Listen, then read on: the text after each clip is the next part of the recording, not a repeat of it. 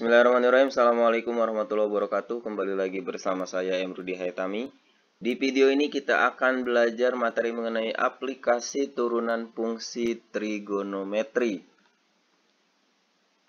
Yang akan kita bahas di video ini mengenai kemonotonan fungsi atau sering disebut fungsi naik dan fungsi turun. Secara grafik, jika kurva suatu fungsi merupakan sebuah kurva mulus, maka fungsi monoton naik dan fungsi monoton turun. Kadangkala, istilah monoton bisa dihilangkan sehingga menjadi fungsi naik dan fungsi turun. Paham ya maksudnya ya? Jadi kadang hanya disebutkan fungsi naik dan fungsi turun. Jadi tidak disebutkan lengkap. Fungsi monoton naik, fungsi monoton turun gitu ya. Diberikan fungsi Y sama dengan fx. Nah, kita lihat ini yang dimaksud dengan kurva mulus tadi. Dan monoton naik itu maksudnya gini ya. Ini berarti naik. Kemudian di sini turun. Kemudian naik lagi, turun lagi, naik lagi, turun lagi, dan seterusnya gitu ya. Berikutnya, jika f aksen x lebih besar dari 0 pada suatu titik berarti garis singgungnya bergradien positif. Condong ke kanan atas. Sehingga pada titik tersebut fungsi fx naik. Nih bisa dilihat. Garis singgung ini karena dia cenderung ke kanan berarti gradiennya positif. Nah, kalau gradiennya positif berarti bisa kita sebut f aksen x lebih besar dari 0. Ingat ya, turunan x itu sama aja dengan gradien. Kita sudah bahas di pertemuan sebelumnya. Berikutnya, jika f aksen x lebih kecil dari 0 pada suatu titik berarti garis singgungnya bergradien negatif. Mohon maaf ini salah ketik. Diganti ya, harusnya negatif.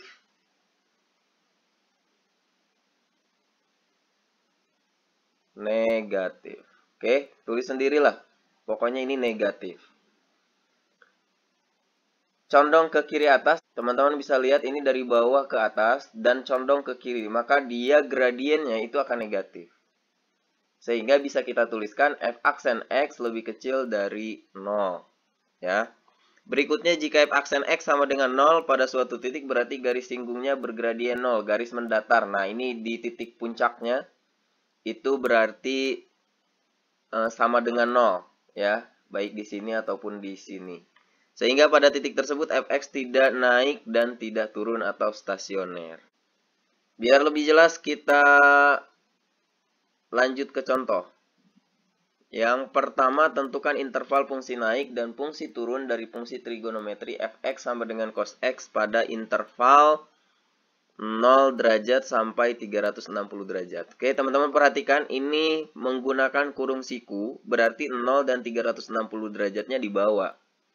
Sehingga ini bisa juga kita tulis seperti ini nih. X lebih besar atau sama dengan 0 derajat, X lebih kecil atau sama dengan 360 derajat. Ini sama aja. Nah, kalau di sininya menggunakan kurung biasa, maka di sini tidak ada sama dengannya. Oke, itu sekedar mengingatkan saja. Baik, untuk jawab soal ini langkah-langkahnya, silakan teman-teman tulis. Saya hanya memunculkan langkah-langkah ini di contoh soal yang pertama saja. Jadi pertama, teman-teman tentukan turunan pertamanya. Di sini fx-nya adalah cos x. Kita turunkan. Nah, turunan dari cos x apa? Ayo, diingat-ingat. Turunan dari cos x adalah negatif sin x. Kemudian langkah kedua, tentukan pembuat 0. Gimana cara menentukan pembuat 0? Nah, ini f aksen x-nya kita buat jadi 0. Berarti f aksen x sama dengan 0, maka negatif sin x sama dengan 0. Oke, ini sama aja dengan negatif 1 ya. Bisa kita pindah, berarti 0 dibagi negatif 1 itu 0. Jadi sin x sama dengan 0. Nah, sin x sama dengan 0 berarti x-nya bisa berapa aja nih? Sin berapa yang hasilnya 0? Kalau ini kan teman-teman harus sudah tahu ya. Berarti x-nya bisa aja 0 derajat gitu ya. Karena sin 0 derajat kan 0. Kemudian 180 ya. Dan 360 derajat. Nah, kalau kita sudah menentukan x-nya, maka buat garis bilangan dan uji. Ini kan mulai dari 0 sampai 360 ya. Kita buat dulu garis bilangan, berarti dari 0. Nah, batasnya 0. Kebetulan di sini juga 0, berarti udah. Kemudian 180 berarti di tengah ya. Lalu 360, ini juga batasnya 360, berarti sama. Kebetulan di sini berarti ya. Nah, ini adalah batas-batasnya. Jadi pada saat 0 derajat nilainya 0. Pada saat 180 derajat ini 0. Pada saat 360 derajat 0 gitu ya. Sekarang tinggal kita uji. Nah, cara ngujinya di sini teman-teman tinggal ambil sudut istimewa yang berada di antara 0 sampai 180. Pilih tuh. Di sini misalkan kita ambil 30 derajat. Nah, maka substitusikan ke sini nih. Sin 30 derajat itu berapa? Sin 30 derajat itu kan setengah ya. Karena di sini ada negatifnya, maka ini jadi negatif setengah. Nah, karena ini negatif, berarti f aksen x-nya lebih kecil dari 0. Gitu ya. Kemudian di sini bisa kita ambil misalkan 210. Nah, sama kita substitusikan. Sin 210. Ingat ya caranya nih, 210 dikurang 180 berarti 30. Akan sama dengan sin 30. Jadi setengah juga. Nah, hanya untuk tanda bisa teman-teman ingat dengan kalimat semua sindikat tangannya kosong. 210 itu kan di kuadran 3. Nah, di kuadran 3 itu sin negatif. Jadi ini negatif setengah. Negatif ketemu negatif maka jadi positif. Sehingga di sini setengah. Karena ini positif berarti f aksen x-nya lebih besar dari 0. Nah, untuk berikutnya sebetulnya teman-teman cukup menentukan tandanya saja. Jadi nggak perlu dihitung seperti ini. Jadi hanya menentukan di sini tuh negatif atau positif. Di sini negatif atau positif. Hanya seperti itu ya. Tapi untuk awal-awal kita buatkan perhitungannya agar teman-teman nggak kebingungan. Nah, karena kita sudah menentukan nilainya, berarti pada interval 0 derajat sampai 180 derajat itu naik apa turun coba? Nih, lebih kecil dari 0. Kalau lebih kecil dari 0 berarti turun. Ya, sedangkan pada interval 180 derajat sampai 360 derajat berarti naik. Karena ini lebih besar dari 0. Jadi bisa kita tuliskan, fx naik pada interval 180 derajat sampai 360 derajat. Kemudian turun pada interval 0 derajat sampai 180 derajat. Oke, paham ya teman-teman ya? Nah, sebetulnya untuk soal ini kan sangat mudah. Sebetulnya kita nggak perlu menghitung seperti ini. Khusus untuk soal ini ya. Kenapa? Karena ini sangat dasar sekali. Fx sama dengan cos x. Kita tahu grafik cos itu kan seperti ini. Lihat. Kalau kita buatkan grafiknya kan seperti ini ya. Ini kan harusnya teman-teman untuk grafik cos yang paling dasar itu harusnya udah tahu kan. Nah, lihat dari sini sampai 180 derajat ya kan turun. Ya enggak? Sedangkan dari 180 derajat terus sampai 360 derajat naik. Ya kan? Dari grafiknya aja kita sudah bisa tahu. Tanpa harus menghitung seperti ini. Tapi nggak apa-apa, justru ini jadi sekaligus membuktikan ya bahwa kita bisa menentukan fungsi naik dan fungsi turun dengan menggunakan turunan pertama, gitu ya. Nah, kemudian ini di titik 180 derajat berarti ini disebutnya titik stasioner ya. Nanti ini akan kita bahas di video berikutnya. Kita lanjutkan dulu ke contoh 2. Tentukan interval fungsi naik dan fungsi turun dari fungsi trigonometri fx sama dengan sin 2x pada interval 0 sampai v. Berarti ini dalam radian ya. Ini sama berarti nolnya di bawah dan V-nya di bawah ya. Kalau kita tuliskan seperti ini. X lebih besar atau sama dengan 0. X lebih kecil atau sama dengan V. Sama seperti tadi. Langkah pertama kita turunkan terlebih dahulu. Fungsi fx sama dengan sin 2x.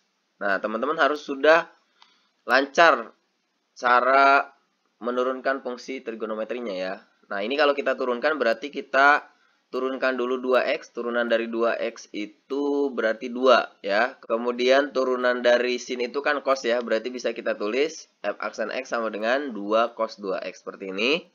Nah, kemudian kita tentukan pembuat nolnya, jadi kita tulis f aksen x sama dengan 0, berarti 2 cos 2x sama dengan 0. 2-nya kita pindah ke ruas kanan, berarti 0 dibagi 2, 0 ya. Jadi cos 2x sama dengan 0. Nah, cos berapa yang hasilnya 0? Nah, ini berarti cos 2x sama dengan 0. Nah, sekarang kita berarti buat cos berapa yang hasilnya 0. Kita tentukan dulu. Berarti cos 90 derajat dan cos 270 derajat ya. Kita ambil misalkan cos 90 derajat. Berarti kalau dibuat dalam bentuk radian, V per 2. Jadi ini bisa kita tulis cos 2x sama dengan cos V per 2. Nah, kita gunakan rumus persamaan dasar untuk kosinus. Jadi kita bisa tulis ini 2x ya sama dengan alfa ditambah k dikali 360 derajat. Itu kan rumusnya ya. Nah, alfanya di sini berarti nih V per 2. Kita tulis V per 2 ditambah K kali 2V. 360 derajat itu kan sama aja dengan 2V dalam radian. Oke, kalau kita pindahkan duanya, berarti ini jadi V per 4 ya. Tinggal kalikan 2 kali 2 gitu ya. Sedangkan ini tinggal kita bagi. Sehingga X-nya adalah V per 4 ditambah K dikali V. Nah, sekarang tinggal kita ganti K-nya. Kalau K-nya 0, berarti X-nya V per 4 gitu ya. Kalau K-nya negatif 1 nggak bisa, karena hasilnya negatif, sedangkan batasnya ini 0. Kalau K-nya 1, ya 1 kali V aja V ditambah, berarti akan lebih, sedangkan ini batasnya sampai V. Jadi udah, ini X-nya berarti V per 4 yang memenuhi. Nah, kemudian penyelesaian yang keduanya, untuk persamaan kosinus ya, persamaan cos. Kita tulis ini 2x sama dengan negatif alfa ditambah k kali 360. Nah, ini alfanya kan V per 2, berarti negatif V per 2 ditambah k kali 2V gitu ya. Sama kayak tadi nih kita pindahkan, berarti x sama dengan negatif V per 4 ditambah k dikali V. Nah, untuk k-nya sama dengan 1, maka ini x-nya berarti berapa nih?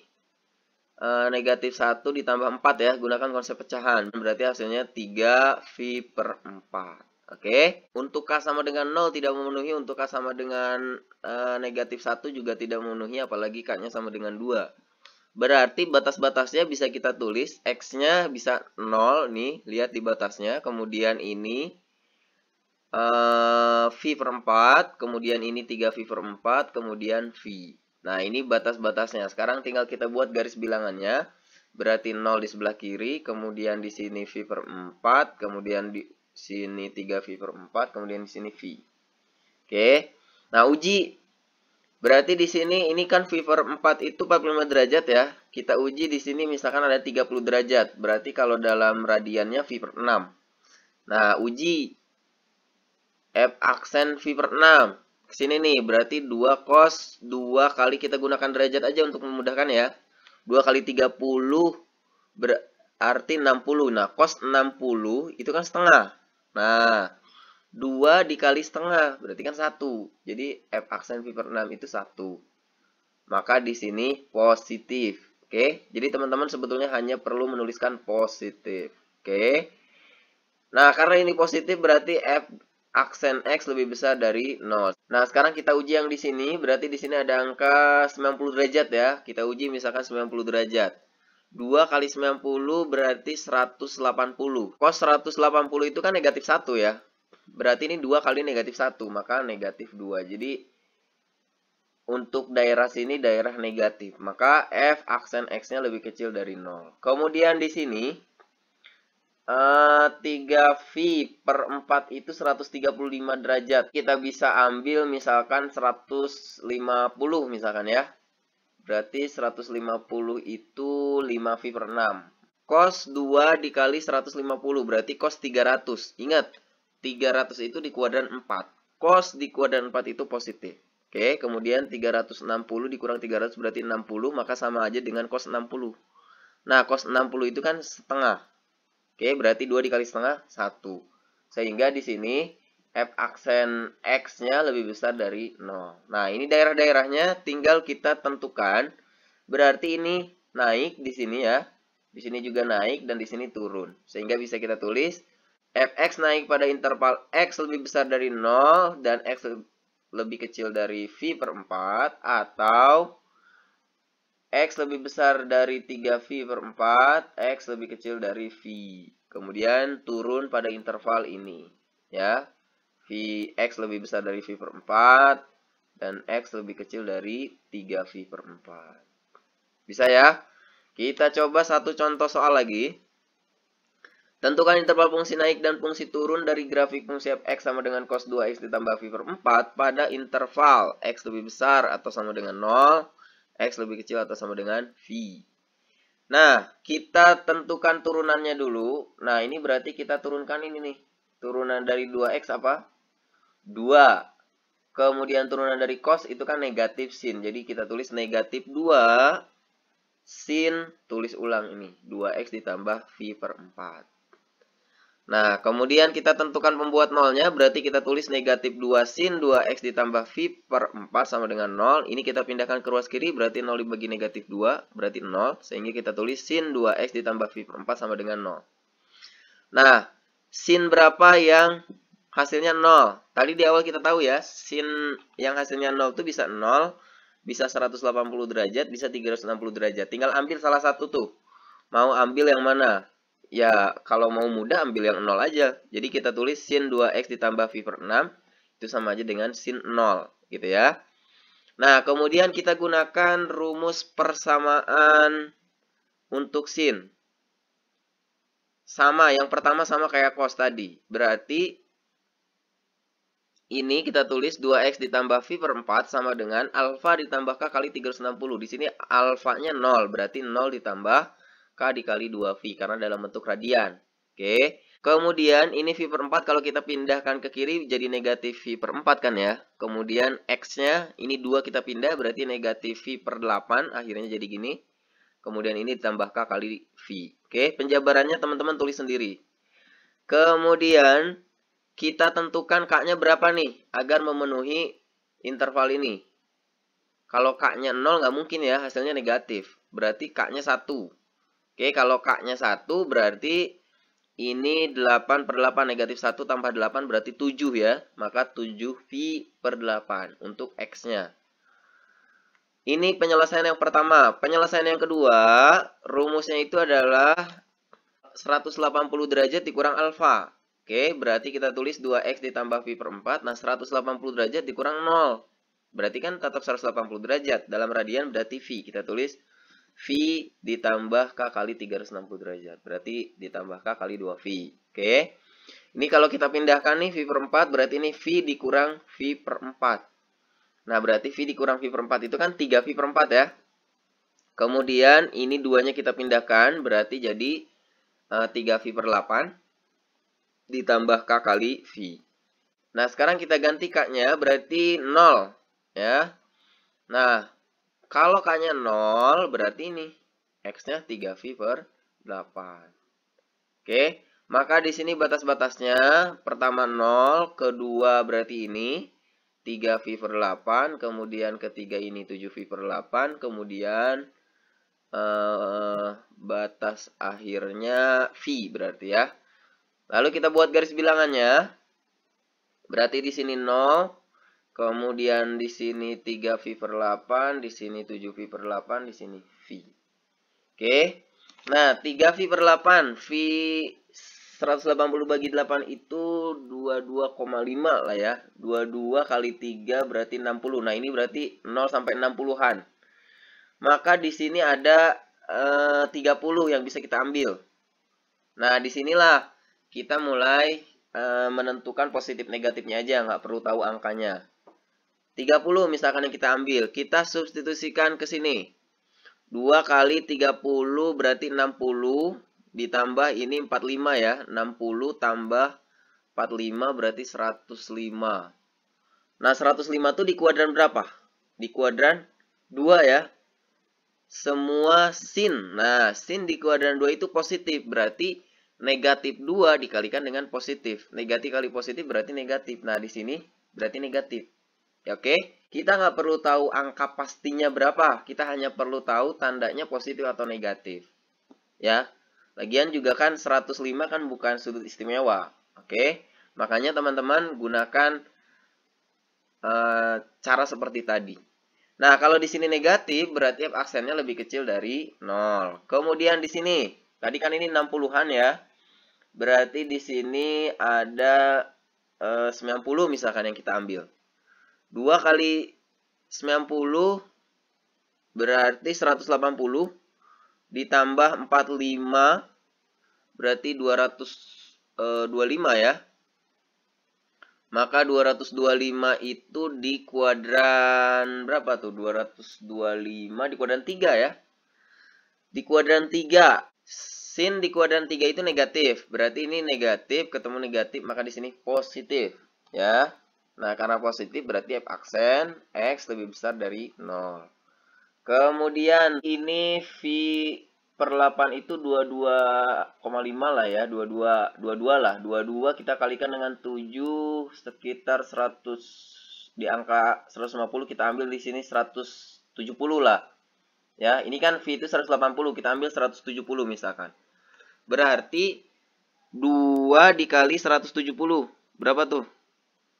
340 ya. Kemudian 340 ditambah 45 berarti 385. Nah, 385 tinggal dikurang 360 berarti 25. Nah, maka dia sama kayak di kuadran 1. Nah, maka di kuadran 1 sin itu positif.